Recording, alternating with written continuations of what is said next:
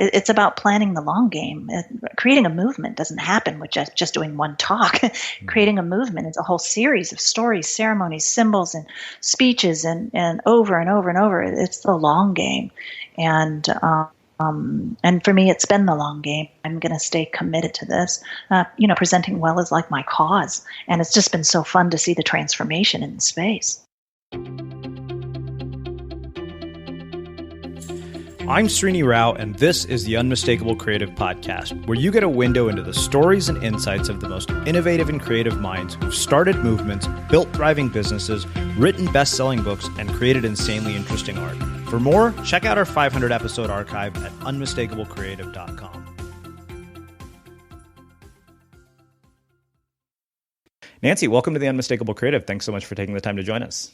Thanks for having me. I'm excited to be here. Well, it is really cool to have you here. As I was saying to you before we actually hit record here, the work that you and Gore have done around presentations have deeply informed my own work around speeches and presentations. Like I literally sit down with your books before every single talk I do to make sure that my slides don't suck. So it is a pleasure to have you here. And on that note, can you tell us a bit about yourself, your background, and how that has led you to all the work that you're doing today? I get this question sometimes. I think people think that I, was born knowing I wanted to be a presentation specialist, and I actually feel like in some ways presentations found me. I actually, one of my dirty secrets is I was kind of raised in this economically and emotionally starved environment. And I dropped out of college because it was just too hard. I got a C- in speech communications in college. I got a D in English. In speech communications, I actually got an F in being able to connect effectively with the audience. And if you look at my body of work, that failure, almost like proving to that teacher that I do know how to connect to the audience, is what sparked my body of work.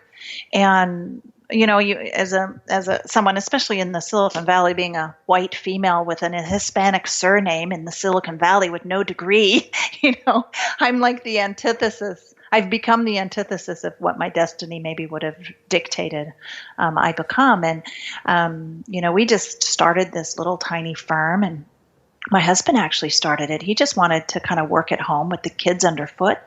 And that was 1988. And believe it or not, exactly 25 years after he moved furniture. He spent a whole summer moving furniture from a company that was failing here in the Valley. And he moved furniture all summer and bought a little tiny Mac Plus in 1988. And we moved into that very same building he moved furniture from 25 years ago. It's a 35,000 square foot, beautiful, sparkly, pretty building. And it's just a dream. He's like, Nancy, if I had an open vision 25 years ago when I was schlepping furniture that we would be in this building, it would have freaked me out. Like I would have run, it's just overwhelming sometimes. And yet here we are. And my husband and I have always had this belief system that if you wake up every day and do what brings you peace and do what brings you passion, you'll end up at the right place, And I feel like that's kind of what we did every day, not realizing that something like this big company would be, our destiny. It's all worked out. So that raises a number of questions, as you might imagine. When you look back at your life, even prior to dropping out of college, like parents, mentors, influences, are there events or experiences that you think ultimately planted seeds for how you ended up having presentations find you?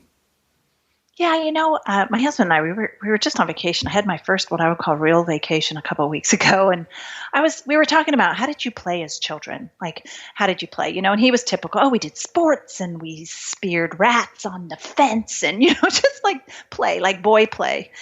And I said, wow, that's funny. I sat at a little desk and traced things out of coloring books and filed them. I played Monopoly. I played Risk. Like I didn't do kind of those typical things. My version of play looked a lot like entrepreneurship. And as I grew up, I think one of the most formidable influences in my life was my mother, in that she wasn't readily present. And my mom was a bit of a cocktail of excitement because she's actually a narcissist and she has border personality disorder and is bipolar. And so a lot of my childhood, I just wanted to be seen by her. I wanted to be noticed. I wanted her to see that I existed, or that was she proud of me, was a very big thing I wanted to hear from my mom. And that became a lot of a driving force inside of me. Like, oh, maybe if I do this great thing, she'll notice me. Maybe, oh, what if I tell her about this thing? Maybe she'll say good job, or, and so that was almost like the fuel for a long time that fueled me. Now I'm over it, right? But for a long time early in my drive, my season of being driven, it was that. But oddly, it wasn't until when I joined my husband in 1990 here, we won a division of Apple. And Apple was the first company that hooked up projectors at scale to the computer. You got to realize that before then, my husband and I made actual 35 millimeter slides. We actually physically printed them in our apartment. And what happened was Apple in 92, they had a huge layoff, and all of those people that were used to us doing their slides for them, scattered all over the Bay Area and took us with them. And the phone just kept ringing and ringing for presentations. We tried really hard to not be a presentation company. We did web and print and multimedia, and we tried to hide presentations. Mm-hmm. And then the dot-com crash happened, and everyone kept calling for their presentations. All the web, multimedia, print work went away. People kept calling for presentations. And at the same time, Jim Collins' book, Good to Great, came out. And he said, if there's one thing you can do that you can be best in the world at, be passionate about, be profitable about, do just that one thing. Be profitable. And that's what we did. So here it is. The economy's tanking. It's crashing. We decide to shutter 3 out of 4 of our services and focus on just one. Super counterintuitive move, but it was the best thing I ever did.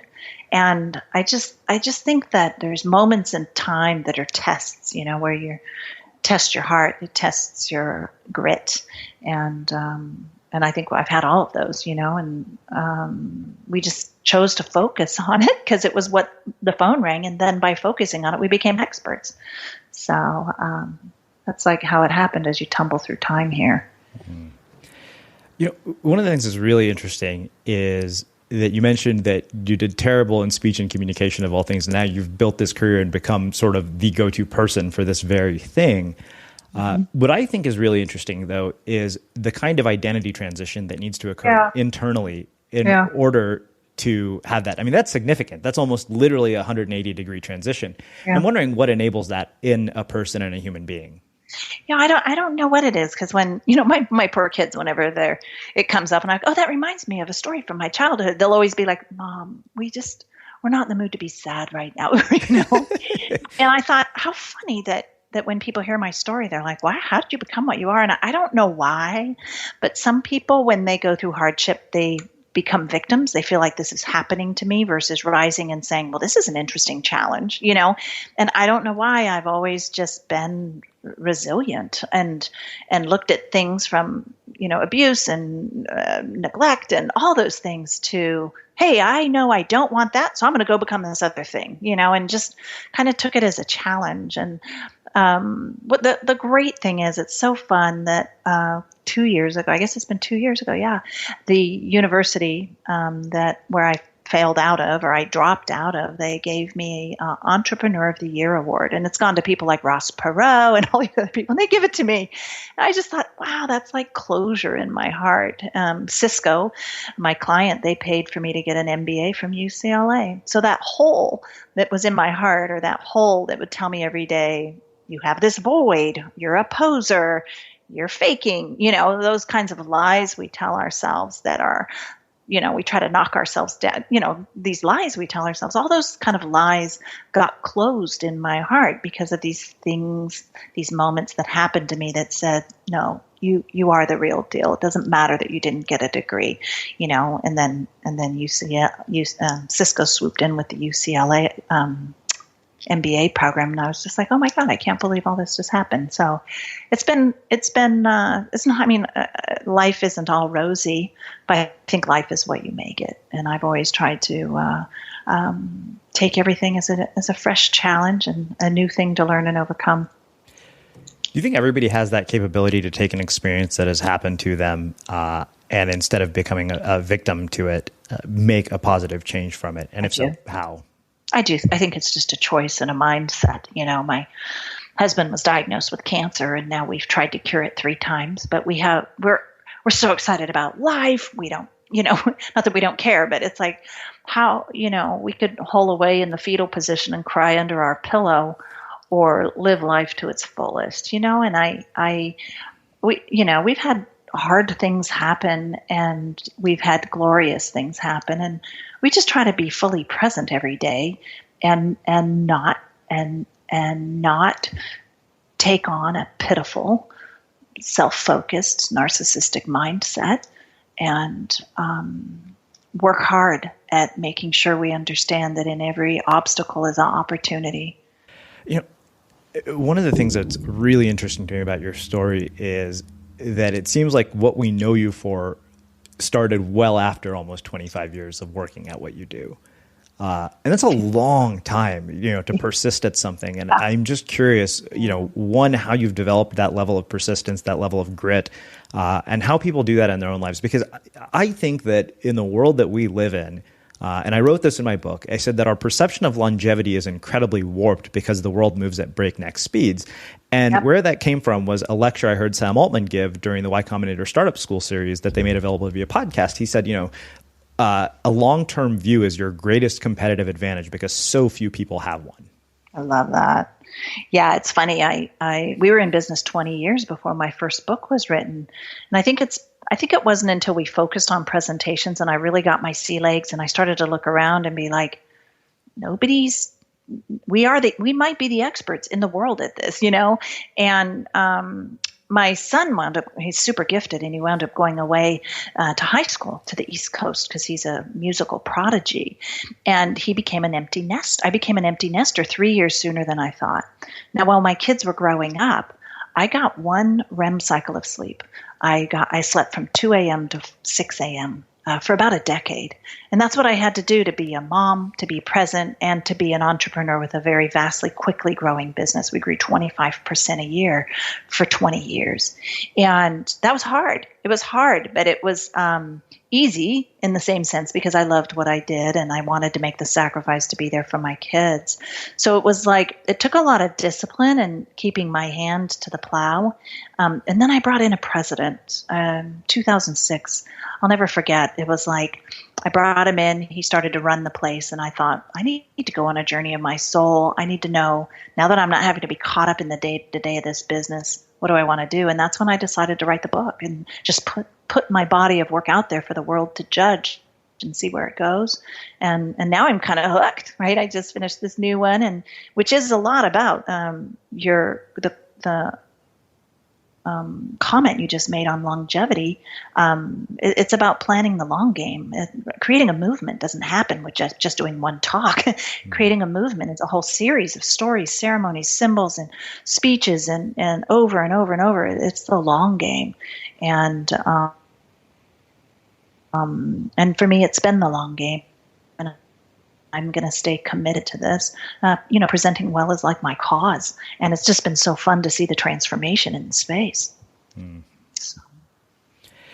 So I have one more question about the earlier part of this. You mentioned that you have this sort of hole in your heart from wanting parental approval. And the reason I asked this question is because I think I still have it, especially coming from an Indian family. And my sister is the chief anesthesiology resident at Yale. So she's done everything like a good Indian kid should do. And I'm in your DNA, probably. Yeah. And I'm like the polar opposite. Like I jokingly was telling my business partner, I think that God made a sorting error at the hospital when I was born. So I'm just curious how, you go about resolving that in your life if you haven't yet. Yeah. You know what? It was about, when I was at home for 16 years when my mom was there. She wound up leaving us when I was 16. When I was celebrating my 16-year anniversary, I realized, wait a minute, I've been away from my mom as long as I was with her. How long does it take you to get over this, right? And I made a decision that I'm just going to be over it and realize, just be like, I will never hear the words I long to hear from my mom. And I kind of moved on. And then it was 18 months ago, my girlfriend gave me a book, and I can't ever remember the title, but the subtitle is Healing for Daughters of Narcissistic Mothers. And it was there's a book, and there's a 33 question list. And if you get anywhere from 5 to higher, your mom's a narcissist. And all three of my sisters, it was like I was 32, one sister was 31, and the other said 33. You know, so we're like, oh, clearly we were raised by a narcissist. And one of the exercises they say you should do in the book is to visualize your mother as a child and pull your mother on your lap. It's this whole like woo woo woo, you know, kind of thing. And by happenstance, what happened is at the same time, my aunt had found in her basement a whole ton of 8mm rolls of film. She had no idea what they were, but I'm like, hey, let me take them. I'll make copies for everybody. I popped the first one in, and it's a DVD of my mother as a little girl playing. And I just watched it and watched it. I was mesmerized by it. I watched about an hour of it. She was playing with other little kids, playing with her siblings. And it brought this feeling like, she does have a childlike wonder, or used to when she was young. And I just kind of let it wash over me and just let it go. I just let the whole thing go in a deeper way. Right. And I think that that's what has, ultimately set me free, was just letting go and not putting expectations on her when her brain isn't wired to fulfill those expectations. Once I realized it was a mental illness and not that she didn't like me, my whole heart shifted. And that was important. That was really important for me. So one of the things you said earlier was that as a part of building this business into what it's become today, you held this belief system that you wake up every morning and do work with peace and passion. Mm-hmm. And I'm wondering how you've developed that belief system over time and how other people do that in their own lives and in their own work. I think that my husband and I actually, when we were young, we started out and actually wound up moving to the Bay Area because we wanted to pastor a church, believe it or not. We'd been in kind of an abusive church situation in a small town in Northern California where the board at one time, my husband needed air conditioning. The sun would set on the west side of his office. It would get to 110 degrees in his office. And so someone proposed, let's get him some air conditioning. And one of the board members said, he's a Mexican. Get him a sombrero. And my husband and I were like, we need to get out of here. So we came down to the Bay Area thinking we would start a church where people actually loved each other and liked each other and did everything that the scripture says you should do. Just why don't we act like all the words in red that Jesus said? Let's just do those, And so that was our original purpose of coming down here. Now we have our own little group that we shepherd, here, and they're called Duarte and Duartians. And we decided to apply some of those principles from the scripture around love, around following your passion. I think you are hardwired. You're made with a destiny, and I think that destiny emerges when you follow your passion. And then the peace part is, you should do things that bring peace and love and all those things. And so it's definitely grounded in our upbringing and in the words of Jesus. I don't love what Christians have come to represent by any means. I think Jesus's fans kind of screwed it up pretty bad. But that's where I'm rooted and tethered to, is showing love. And that's how it manifests. Love for what you do and love for others. You mentioned that you're hardwired for destiny of some sort. And, I think it's interesting that you have become masterful at this one thing. And, I'm wondering, does that exist in everybody's life? And how do they connect the dots to see what that one thing is that they're destined to do? Well, and that's where I think it takes years to get there. That's why I do like to say, just wake up each day and do what brings you peace and passion. So like my son, he's an interesting example of this guy who's he was classically trained composer. He writes these beautiful classical music, decided that for him is sacred, and he didn't want to do that as his profession. So he's taught himself how to be a mechanical engineer, and now he's making heart valves. But what he does is he stays up till midnight every night, and he's doing his hobby, which is, believe it or not, building scale steam engines. He orders in the prints from the 1800s and builds these intricate steam engines. Why does he love that? I don't know. Am I ever going to bug him for doing this thing he's passionate about? No, because that hobby led him to enter, even though he's a composer, he's entering into organization at an engineer level. Like, how impossible is that? If he hadn't followed this passion, it's shaping who he becomes and what his craft is. You know what I mean? I don't think he would have said, I want to make heart valves, but he's doing what he's passionate about, which is this obscure little hobby. And it's opening up doors for him in a way that are unprecedented. You know what I mean? Mm-hmm. So I think that's what I mean. I think sometimes we can try. I can see the future pretty clearly. I'm a bit of a seer in the sense that I get an intuitive sense that my organization needs to be at a different place in the future. 18 months out, we need to look like this. We need to be doing these activities. We need to offer these services. I can just tell, right? Being the leader for so long, I can actually see a little bit of the future. But if I were to say, in 20 years, I know for sure that this is my destiny, I think you have to take it one day at a time, or that could become frustrating. And it's a little bit about, what Illuminate's about. There was a whole body of work we did around that, this sense of, if your organization is like an epic length tale that transcends leaders and everything, what is that thing? What is that purposeful thing that stays in place no matter where you go or what you become? And so we want to release that as possibly the next book. So we're building out that kind of purpose that would lead you to your destiny kind of a piece.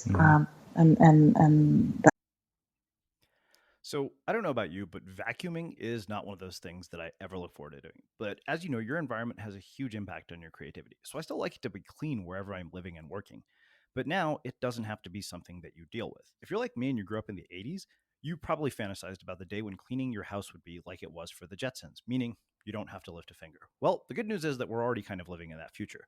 And the easiest way to make sure your floors are clean every day is with the IRobot Roomba Robot Vacuum.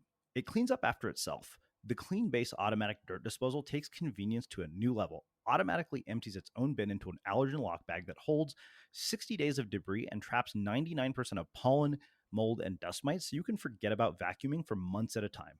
Let the Roomba clean for you instead. It learns your home, finds dirt, and empties itself on its own. It's got powerful cleaning performance made effortless. Remember, if it's not from iRobot, it's not a Roomba. To learn more, go to irobot.com/unmistakable. That'll be coming. Another piece of this that I find really fascinating, and it's really relevant to the way I've been thinking about things, is you mentioned, in the wake of the dot-com recession, you're like, that's it. We're going to cut all these services and we're going to do this one thing and we're going to do it exceptionally well. And there's another reason this is fresh on my mind. I don't know if you've read it, but a journalist named Leander Caney wrote a book called Inside Steve's Brain. And it's about, Steve Jobs and his return to Apple. And there's a chapter titled How Saying No Saved Apple. And he talks about how basically he eliminated just about every single thing. He made a 4-quadrant graphic and decided we'll only do these 4 products. Yep. Exactly. And it sounds like you've done something similar. Yep. And I found myself doing exactly that, saying, okay, we have 3 products, our newsletter, our podcast, and the book that's coming out. Everything else is a distraction. And that's it for the entire year. And yet I'm amazed by how difficult people find it to do that. And I'm wondering, as somebody who has done that and just let go of all those other things, how you do that. And how you bring that kind of focus and why that kind of focus creates the momentum that it does in your work. No, I try to simplify. My people from the outside are like, oh my God, you're so busy. Like, they love to tell me that. Oh my God, you're so busy. Like, well, because they'll be like, I had to wait 4 months to get on your calendar. And I'll be like, but I don't tell them. It's like, well, that's because I take Saturdays and Sundays off 3 nights a week. I have no plans. My calendar is booked so I can write. So I only have a handful, maybe 5 hours a week I can give to other people and their needs or whatever, And I think it's because I do protect it so I can produce. I know before we started this recording, we were talking about how I think both of us like to produce something every day. We like to put some words on the page or do something, and I protect that time. So I do cut a lot out. I would say I have a handful of very close friends. I don't have hundreds of very close friends, Mm-hmm. I have really close relationships with my children and a handful of close friends, and then the rest of the time I'm pouring into my body of work. And I like that. I like spending my time that way. and CEOing right now. I'm the president of my firm. I had to step in and do that for a little bit, which has been kind of exhilarating. Well, I think that makes a perfect setup to start specifically talking about your body of work. Where I want to start before we get into the communication piece and the tools and ideas in the book is about what has informed your perspective on design and the way you tell these stories so that they are so compelling and engaging. Somehow Wikipedia, someone keeps putting in there that I'm a presentation designer. Uh-huh. I think I finally figured out, I think it's because my TED Talk says that my title is a presentation designer. I am. And so my poor marketing guy has to go in there and keep taking it out. Someone keeps and it also says I have a degree in math, which I don't know where these people get this information about me that's more insightful than my own bio, but I'm not a designer. What I am is I think I'm a systems thinker. I'm one who needs to be able to visually connect some dots. So if you click even from one slide to the next and you talk about the same thing over two slides, but you visually expressed them different, it's like, what an idiot. Don't do that, And I just think I naturally could see visuals that fit into systems and highly valued making the complex simple. Because when you're a systems thinker, you can see the whole system, but how do you convey it in a way that makes it clear and simple and distilled? So I would say that's really what my gifting is. And then I guess maybe I was smart enough to attach myself to people who know how to visually express it in a way that's breathtaking. Mm-hmm. And so I do think everyone can develop the skill of thinking and distilling and cutting and trimming. But not everybody can actually visually express it to a level of beauty and distinction that I think my team can. Mm. Well, so I have one question about the actual work you do, and more importantly about the people that you've worked with. I think the one that everybody knows you for, at least I do, is the inconvenient truth piece.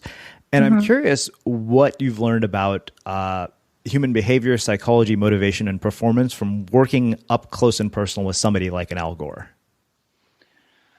What was it like to work with them? Yeah. I mean, what are the lessons in success and what enables that? It's so fun. We worked with him for, I think, my dog. I have my little doggie here on my lap. She wasn't feeling good today, so she just sneezed. Sorry about that. But Mr. Gore was amazing to work with. So we worked with him, I think it was 4 years before The Inconvenient Truth became a movie. In fact, when they contacted me and were like, we're making a movie, I'm like, who's going to see a movie about a slideshow, right? How much did I not believe in my own body of work or whatever? But the lessons learned for me was we had never really worked with anyone of his stature and his power, right? Who we would propose something and then he would just sit and reflect for 10, 20 seconds. And then he'd be like, if you guys think that's the best way, yeah, let's do it that way, right? Whereas we could work with 22-year-old CEOs today who think they rule the world of visual display of information. It was just really telling how thoughtful and how much he deferred to us for our professional insights. And that was a real honor. And I also think I short sold, my whole insight about who wants to see a movie about a slideshow. That was so short-sighted because here I'd spent so many years building up the perception of what a great slideshow could do. And I didn't even believe myself that this would work. And just the fact that he traveled around the world creating a groundswell. A lot of people don't realize that he did travel for 4 years, like I was saying. He would go into these different geographies and try to find the people of greatest influence and gather them together, whether it was homes or small venues or whatever, and just repeatedly saying the message. And so by the time the actual movie came out, there was such a groundswell of support that it just kind of busted open. And watching that was really unbelievable. Really unbelievable. Well, I think that makes a perfect setup to get into what I want to spend the rest of our time talking about, which is the new book and specifically the Torchbearers Toolkit, because I looked at all of these tools and I decided I was going to ask you an incredibly selfish question. So let's say that I wanted to take the concepts in the Torchbearers Toolkit and apply them to the concepts that I am discussing in my new book that I'm coming out. If I were to translate that into a presentation, do you think we could walk through an example of what that would look like? Yeah. Okay. So you'll tee up what So I'll tee the up situation is or something? Yeah. So let's say the concept is unmistakable, why only is better than best. That's sort of the thesis. And I want to apply the tools from the Torchbearers Toolkit to that idea. So that way we have a practical example to work with. Yeah. So, depends. So, what this book is about taking innovation and which would be maybe your book, and turning it into a movement. Like, how do you build the momentum, and how do you actually see it executed? And so, let's say you were trying to create a movement around something that's unmistakable. So the phases, since people may or may not have seen the book, the phases, we call it a venturescape. So that puts you as the leader of a venturescape. We position the leader as a torchbearer, and that's what you would be. You're the torchbearer, and you have your travelers that need to make this journey with you. So those are the people you need to lead en masse to believe that your book is true, right? Or whatever is the premise or the thing that you're trying to move them through. So your travelers are going to go through a 5-step process. They need to understand the dream, and then which is like your moment of inspiration, and then they're going to make a leap. They're going to make a moment of decision. And then they have to fight. They have to be brave. They have to maybe defend your work. They have to maybe, get other people not to want to join your movement. And then they have to be able to navigate that. That's like a moment where there's this fog of war. And then they have to climb, which is the moment of endurance. And then they arrive, which is when you create a moment of reflection. So there's these moments along the movement where people need to hear speeches, stories, be part of ceremonies, and that create these symbols of meaning along the way. Well, this is the long game, This isn't like by Tuesday. Yeah, but sometimes in one day you can go through all 5 phases, but most of the time this is that whole longevity play. A lot of times an initiative's a year long, 2 years long, 18 months long, however long it is. And you walk your travelers, could be an audience, could be your employees, could be your customers, whoever that, your readership in your case, they're going to go through all of these phases. Because let's say you're trying to change their mindset. They're like, I got the dream. Your book may be the dream, right? They're like, I'm pretty committed to it. Then they start to apply it. So that's the dream leap. They start to apply it. It's a fight. They might try it for 2 days and give up. So your job would be to arm them with things that make them brave and keep them brave as they try to apply your principles, and they start to feel like, I just want to give up. I think actually making this come true is too hard. Then it's your job as a communicator to tell enough stories, give a speech, write a blog post, those things that keep them in the fight. And then they have to endure as they try to put it into practice. And that would also be your job as the communicator to make sure that they can endure. So ultimately they arrive transformed. It's a story structure. It's this likable person as they try to jump into change. It's hard. And then ultimately when they commit to it and see it through, they change. And so that's basically the structure, and that's how it would apply. So I want to ask you specifically for examples from the book, and just so we have a few more tactical things to work with, of speeches, stories, symbols, and ceremonies that have actually fueled movements. Yeah, there's a bunch. So there's case studies in the book that are really appealing. So we wrote a case study for each phase. There's a dream case study, a leap case study, and we studied different companies: Interface Carpets, Starbucks. We took Dr. King's civil rights movement, but the Chicago campaign specifically, that movement, because there's little movements within a bigger movement. Steve Jobs, as he migrated all his developers from Mac OS 9 to 10, and Charity Water. And so in each case study, there's tons of speeches, stories, ceremonies, and symbols that they used as they're trying to transform people in mass. I don't know if one of those seems particularly interesting to you or not. Let's do the Charity Water one, because I think people are probably familiar with that. The part that personally is very intriguing for me, like the speeches and the stories part, I get because I've been exposed to so many of them. I mean, what we do is effectively tell stories and have people give speeches here at Unmistakable Creative. I think the thing that's really interesting to me is the ceremonies and symbols, because it seems like that's a big part of how people like Chris Gillibo create what they do in the environments that they set up. People like Tony Robbins. So I'd love to hear about how that applies in creating a movement. Yeah. So ceremonies are very interesting. And I think that's one of the newer insights in the book, though we did come up with story plots that nobody's ever really discovered before. But ceremonies are based in the rites of passage. If you look back as far as you can to civilization, some of the earliest artifacts you can find were used in a form of a ritual. It was a ritualistic use of these little tools or artifacts, symbols, you can call them if you want. And I was like, wow, why is it that corporations don't intentionally do ceremony? And the ceremony you would do at each stage is very, very different, but it's part of the human condition because we're kind of wired for these. Mostly it's wired into the rites of passage. Almost every religion and culture has some sort of rites of passage. There's a bar mitzvah. In the Hispanic cultures, it's a quinceañera. A wedding is a rite of passage. What happens is you show up, you're single, you go through a 10-minute ceremony, you're married. It's like, I'm not that anymore, and now I'm this just because you went through a ceremony. Well, part of transformation at scale and creating a movement is letting go of the past and embracing the future. And a ceremony does that. It says, we're no longer this, and now we're that. And it helps everyone acknowledge that. Now, if you do it in a corporate setting, you could really screw this up. It's pretty easy to screw it up.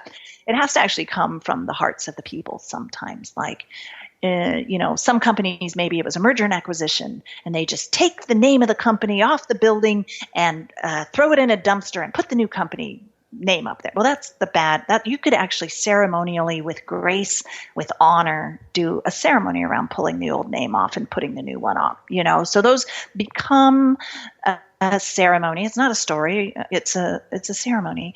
And I think one of the funnest, most interesting ones in the book was when Steve Jobs was trying to get all the developers to move from Mac OS 9 to 10. Mac OS 10 is what next. That's why they bought his company, was to get a new operating system. And yet the developers were pretty entrenched and skeptical because they'd been on a 10-year journey with Apple without a strategy. And so they just didn't believe that Apple could actually stick to a strategy. Well, he'd been working with them for 3 years, and there were still some developers incredibly skeptical. And he already had a new dream of the future where Mac OS 10 was this hub. There's a speech he gave where he talked about Mac OS 10 being a hub. It's called the Digital Hub Strategy. And he had this vision. Everything's hooked up to Mac OS 10, doggone it. You need to move on to 10. So he wanted to, that speech is fascinating because about the next decade of Apple products was foreshadowed in that speech. It's pretty amazing. So it's a pretty big dream he had, but the developers are still bitching about 9 and not wanting to move to 10, right? And so he opened up WWDC 2002 with a funeral, a mock funeral. Smoke came out from under the stage, a coffin raised up, stained glass went up on the slides, and Steve Jobs walks out with an oversized box of Mac OS 9. He walks over to the coffin, puts it in it, closes the lid, puts a rose on top of it, and eulogizes Mac OS 9. That's not a speech. It's not a story. It was a ceremony. He did, and it was a funny eulogy, which was good because people that were there that I've talked to were like, initially, it was kind of creepy, but then it was like, you know what? We're over it. It's done. And it sent a very clear message to the developers in the room that no going back. It's dead. He never addressed Mac OS 9 again, ever. It was done. It was done in his mind and his heart. And the developers that did not move on missed out. And he wanted to send a really clear message, about that. And so it's just in the charity water, because you wanted an example of that. Scott Harrison's Charity Water is his whole nonprofit is just steeped in storytelling. He's such a good storyteller. And so what happened was that one of the ceremonies he did, it's a ceremony of empathy. What he did is when you are in a poor country, a lot of times the women have to walk 8 hours a day and carry a jerry can, a 35-pound jerry can that's usually used for diesel fuel. They carry a 35-pound jerry can up to 8 hours a day just to get water for their family. And what Scott did is he created this ceremony at these fundraisers. He calls it a walk. He calls it a water walk, a gala walk, or I don't know the exact name of it, but he sets up a catwalk, basically like a runway. And he has these jerry cans full of water, 35 pounds each sometimes, and asks you to pick it up and just walk like 20 feet, not 8 hours, just walk 20 feet with these jerry cans full of water. And what it does is it makes you go, oh my oh my God, I see things from their perspective. I can't do this. Like I couldn't even pick two up. I had to use two hands to carry one. And then I went and hired a trainer to help me. But that is a ceremony. That's an immersive ceremony. So in the toolkit in the book, the dream phase, it says the ceremony you need to do there is an immersive ceremony, which is foreshadows baptism, say, which is a ceremony. You dip underwater and you come out changed. Well, that's what Scott's created. He created an immerse deeply ceremony, which is I pick up these cans, I try to lift them, and I'll never be the same again. I have been immersed in the lives of these women, and that's how you that's one way he set up a ceremony so you could catch his dream of clean drinking water for everybody in the world. Wow. So I have two last questions for you. Sure. This capacity to incorporate ceremonies, stories, and speeches to ignite change and create movements in such a way that is so compelling and effective to the people that you're trying to move. Do you think that can be learned and developed? And do you think there are people that are just inherently good at it naturally without even knowing what they're doing? And if you can develop it, what have you seen as patterns in people who have evolved in that? I think there's some people that are naturals at it, and I feel like the case studies in the book were definitely people who are natural at it. My favorite kinds of response we're getting to the book is, oh my gosh, Nancy, I feel like scales just fell off my eyes because for the first time ever in my life, I can see things from the perspective of my employees, or I can see things from the perspective of my clients. So the VentureScape model in the book itself is actually a graphic of empathy. It's like, holy cow, I can see now that they're in a struggle. I never really realized that asking my employees to change is a struggle and that it's a fight for them and that they're picking up my battle cry, right? And that's my favorite thing. And so that's why, I had a really difficult talk I needed to do with my own team. And this maybe sounds narcissistic. Maybe I'm more like my mom than I thought, but I whipped open the toolkit and I processed it. And I was like, because we were in the fight phase, and I felt like during the fight phase, I had a casualty, for lack of a better word. And I pulled it out and I was like, what do my people need to hear from me as a leader? And I did this little inventory. I was on an airplane and I outlined a beautiful talk. And oddly, if I didn't have this book, I would have taken that a different direction. So while we were writing the book, it was interesting. My own organization was going through a pretty big change, and one driven by me. It was to help get us global ready and all this stuff. And as we were writing it, I would say, oh my goodness, there were some poignant moments where I would get misty-eyed with my co-author. We would both just sit there and be like, this is too real. It's too poignant. Because we were like, this totally applies to us right now. And we could see it so clearly. And so the whole thing, this whole experience of writing this book was surreal and fun. So I guess my short answer should have been, yes, I think it can be taught. And yes, I do think some people are just naturally better at it than others. But I think everyone that leads should care enough about their team to consider their perspective and communicate from there.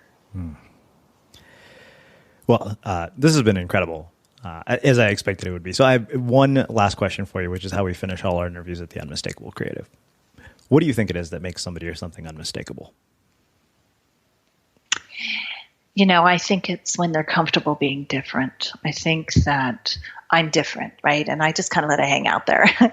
And I think you have to be able to be comfortable being free from caring that you're judged. It's like I put it out there and people may be like, oh my God, I can't believe she talked about her mother, And it's like, you know what? It shaped me. It's what made me unmistakable. And that's what I think it would be. I think just don't care that people may judge and be comfortable being different.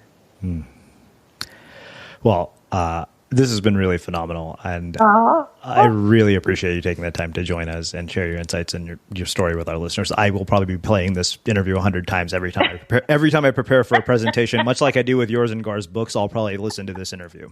Oh, you've been so good. This was a blast. Awesome. And for everybody listening, I will link up everything that Nancy had mentioned in the show notes, and we will wrap the show with that.